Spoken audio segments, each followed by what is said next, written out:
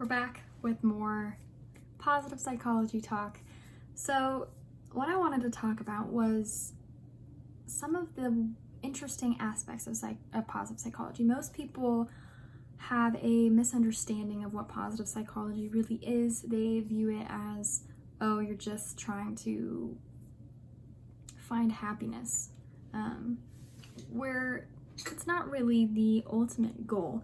So the age-old definitions of happiness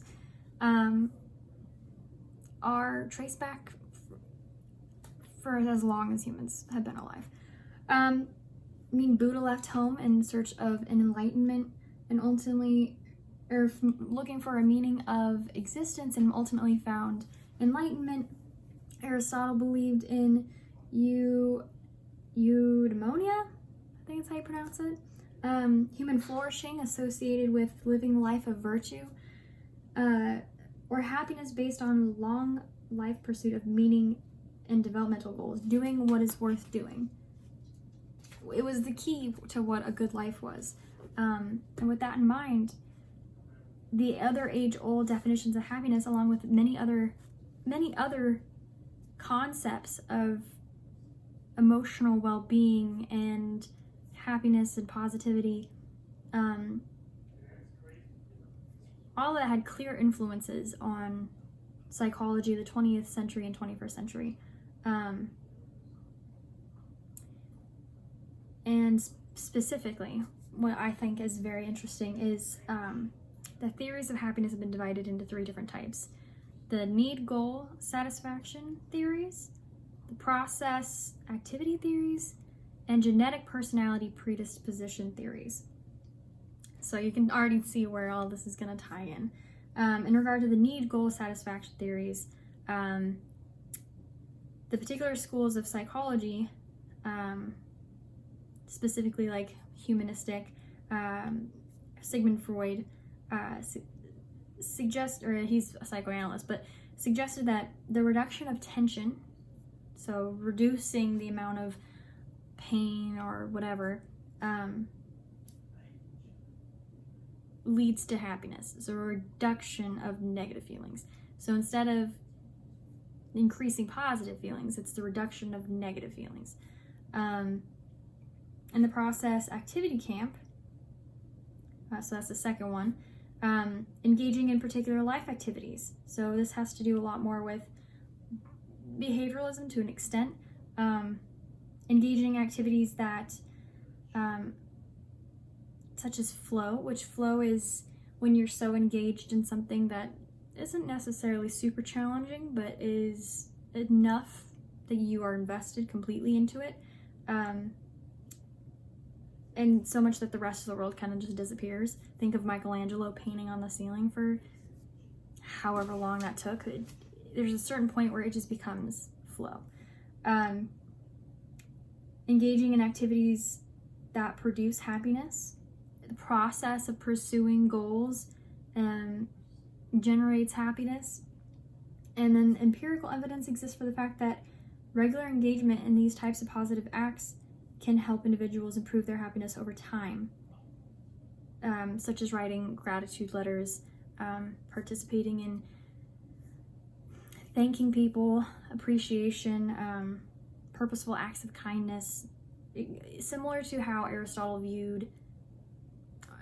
and Islam viewed caring for people, putting emphasis into community and in your people outside of yourself, increasing your own well-being, your own happiness.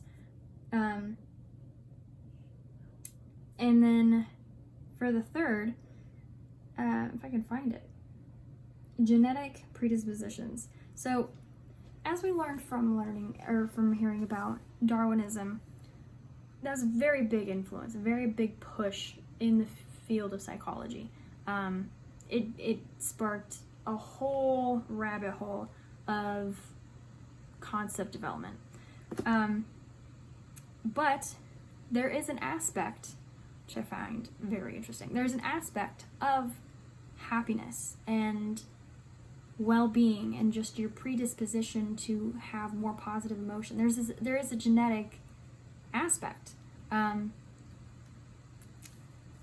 that it can have effect on your personality. Have you ever been with your parents and felt like, wow, I'm really similar to my mom? Part of it obviously is you're just associating. Like you've associated with her your whole life. You're obviously gonna have an aspect of her personality. But there are parts of personality and parts of predispositions for like mediocre happiness, and biological components, which it's crazy to me. And personality in itself, it's happiness isn't stable.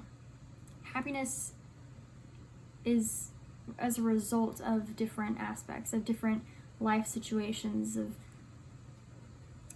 satisfaction with where you're at in life at that moment. But there's a level, like your personality type, you can be more Eeyore, without a better way to explain it, which I find very, very interesting. So wanted to touch on that, but also Seligman's, when he founded positive psychology, he developed 5 core elements of psychology or psychological well-being and happiness. And he believes that these 5 elements can help people work towards a life of fulfillment, happiness, and meaning.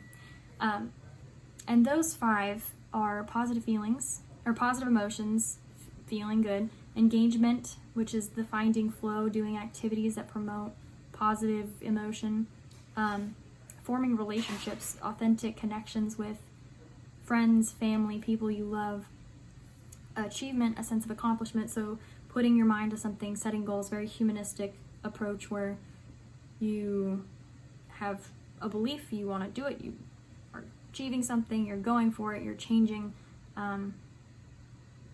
So that's kind of more humanistic.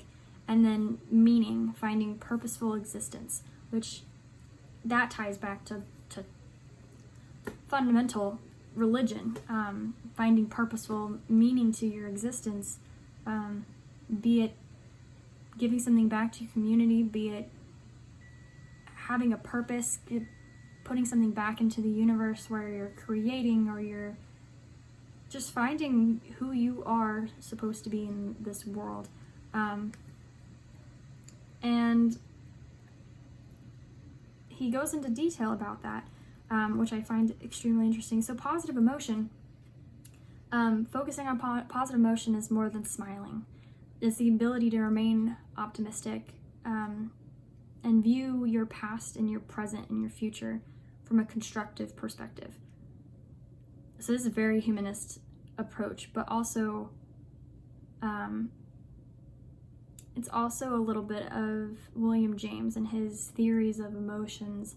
How if you perform an action, sometimes that can be enough to pretend, like to convince yourself you're feeling a certain emotion. So fake it till you make it, right? If you continue smiling, you continue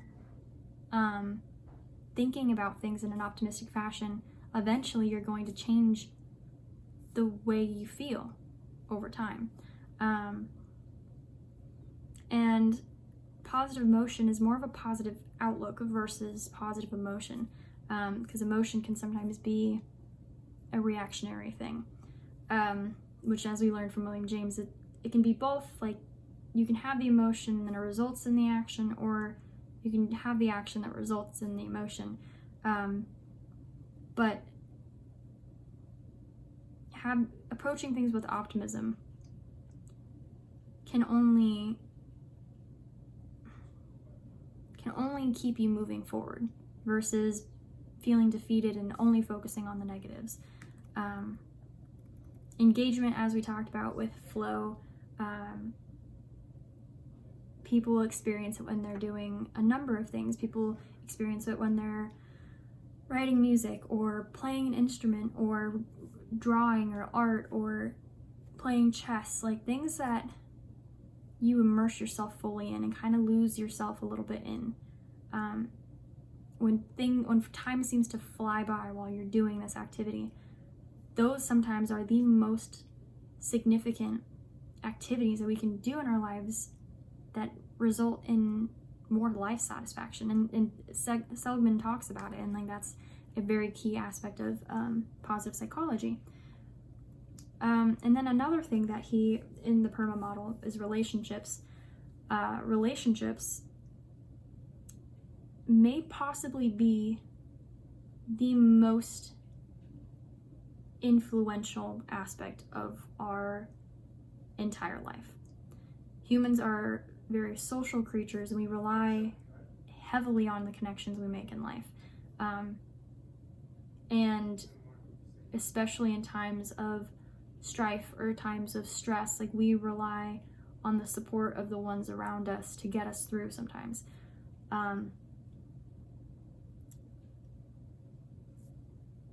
And at the end of our lives, people typically will say that they wish that they had spent more time with their loved ones or spent more time with their friends. It's not money that buys happiness or materialistic things. It's the people, it's the connections. And so Seligman talks about that. That's a very specific, important aspect of a positive psychology, which I don't know that there was a theory, like a concept of psychology that was as, other than maybe Freud and maybe some James, that emphasized relationships quite as much, and humanistic, but that's a given because humanistic is very similar, that emphasized connections with people as much as positive psychology. Religion, spirituality, finding meaning and purpose for your existence and your life, it's what gives your life meaning, which is it impacts, if you are working at a job that you don't like, it impacts your entire being, your entire overall happiness. What are you doing? What are you spending your life pursuing? And is it purposeful? Is it meaningful to you? And then accomplishments kind of goes hand in hand with that. Like if you're not doing something you're finding meaningful and you're not accomplishing the things that you really wanted to achieve that was going to give you a sense of accomplishment, then you're not living your life as positively. Not that everyone can just achieve their dreams and go after their accomplishments and find purpose and meaning in their lives. Like it's a whole lifespan of working towards that goal, similar to humanistic approach where it's the pyramid of self-actualization. It's a whole process. Like it's not just overnight you reach self-actualization. Like it takes a while. But the PERMA model is not like a pyramid. It's not you get these things. Like it's more of a graph, like a circle, where different pieces of pie create the whole experience. And these all have ties to previous psychological concepts and philosophy concepts and religious concepts and spirituality. Spirituality offers so much meaning and hope and faith and positivity in many people's lives. And that's a huge slice of the PERMA pie.